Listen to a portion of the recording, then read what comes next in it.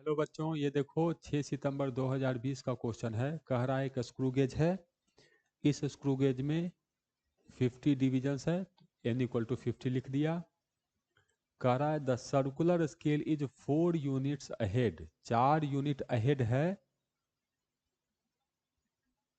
Of the pitch scale marking prior to use. Prior to use मतलब अभी मैंने किसी ऑब्जेक्ट को नहीं लगाया है मेजरमेंट के लिए, तो 4 यूनिट आगे है।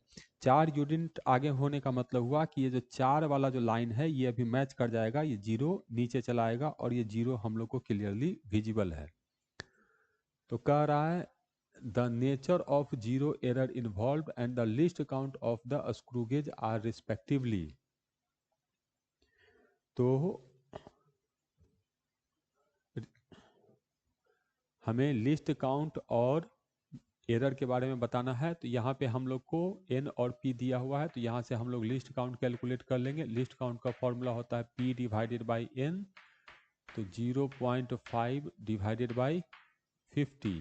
तो यहाँ से लिस्ट काउंट आ गया हम लोग को 0.01 mm। तो लिस्ट काउंट हम लोग को माइक्रोमीटर में पूछ रहा है, तो माइक्रोमीटर में तो यहाँ पे ऐसे लिख सकते हैं, ये है 1/100 mm है। तो इसको लिख सकते हैं 10 डिवाइडेड बाई 1000 mm। तो ये हो गया हम लोग को 10 माइक्रोमीटर। तो लिस्ट काउंट हम लोग को 10 माइक्रोमीटर है। एक ही ऑप्शन है 10 माइक्रोमीटर, तो हम लोग को आंसर होगा बी। लेकिन सुविधा के लिए हम लोग जीरो एरर भी कैलकुलेट कर लेते हैं। तो जीरो एरर में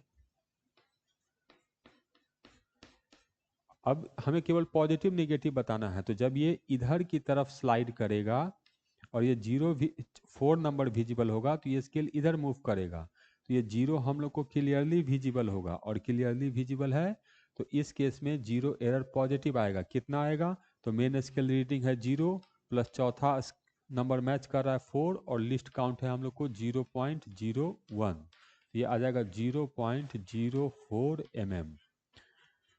तो 0 एरर पॉजिटिव और लिस्ट काउंट 10 माइक्रोमीटर। तो करेक्ट आंसर है हम लोग को बी।